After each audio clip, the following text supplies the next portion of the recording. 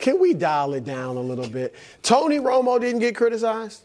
He had his receiver, T.O., crying because they were criticizing his quarterback so much. This is what comes with being the quarterback of the Dallas Cowboys. That's number one. Okay. All right. Number two, Dak did lead the league in interceptions last year and only played 12 games. Dak did fizzle out in the last two deciding playoff games each of the last 2 years, right? All right, so Dak has had his issues that people are criticizing him for. And let me look around the league at some quarterbacks that might not get as much criticism as Dak. Patrick Mahomes already proven. Josh Allen just clearly better. All right, Tua is producing at a historic level right now. Jared Goff, been to a Super Bowl. Joe Burrow, been to a Super Bowl. Jalen Hurts, been to a Super Bowl. Lamar Jackson, unanimous MVP. Like, Dak has not even been to a conference championship game. So these other quarterbacks have achieved something that Dak hasn't. Do you think he gets criticized more than Kirk Cousins? I think we talk more about the Cowboys. So, yes, we talk more about Dak than Kirk Cousins. Do you think but just shows in general. Do you think he got criticized more than Jimmy Garoppolo, even though he's clearly a better player? I do. Jimmy Garoppolo was on a marquee team for a long time. I think this is whether or not McCarthy should be whining about it is a separate question. Is the sentiment mostly correct? Now, you compared him like Jimmy G is not. What? On Dak's level. Well, a year ago, Jimmy G a year ago, that's not the conversation we were having. Definitely not what I defended Jimmy Garoppolo. I never said he was as good as Dak Prescott. Oh, well, then, it's not a big. And also, what did I say about these other guys? Yeah. Jimmy G went to a Super Bowl. Yeah. What are we wondering about that? Can you even get us to the Final Four, let alone the Final Two? Yeah. So just to give my opinion real quick, I think this is a little hyperbolic. There have been quarterbacks under, microscopes like this. But I do think, as I have, started to be in reruns here, that Dak Prescott gets disproportionate criticism because of the microscope that is on the Dallas Cowboys. I think that is almost undeniable. And the point I made yesterday. What, Wildes? Go. I didn't do anything. No, go, Wildes. You're doing a thing today. I didn't do anything. No, you did a fake little cry. I didn't do a fake little cry. You did do a fake little cry. Go ahead. Go ahead, Wildes. What are you? Go ahead. Let them get criticized. That's the way it works. It is. I'm surprised. I'm less surprised at the criticism. I'm more surprised at the sensitivity to the criticism. Like, is this team tough enough to go through the rigors of a Super Bowl run if every podcast that pops up, they're in their feelings about it? It just seems odd. So I look at it a little differently. When you're in the foxhole with these guys and you're in the locker room and you know them personally and you understand what they've gone through, not only on the field but even off the field, you're going to kind of guard them. You're going to be at their defense at any beck and call. And that's what you're seeing with Micah Parsons and now Mike McCarthy and all the things. And you'll see it with everybody. No matter how they feel about Dak Prescott, no matter if they even agree with the fact that Dak Prescott has to play a lot better in order for us to win games, they're going to come to his defense because he's a part of the fold. They're a part of the fold. They're a family. It's like somebody coming up to you, Wildes, and start talking. You're having a conversation, and you're back and forth with your kids or whatever, and you're having an issue with them. You're not going to let me take issue with them the same way you would. For the record,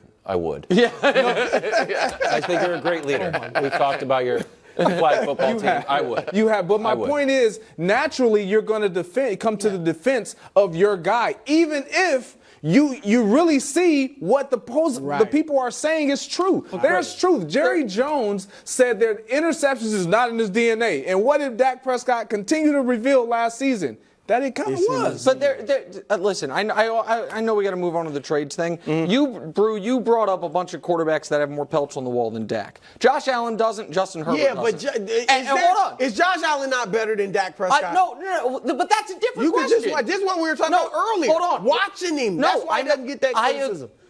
One would argue the best guys usually get the most criticism. Sure, that's a compliment. And Josh gets criticism?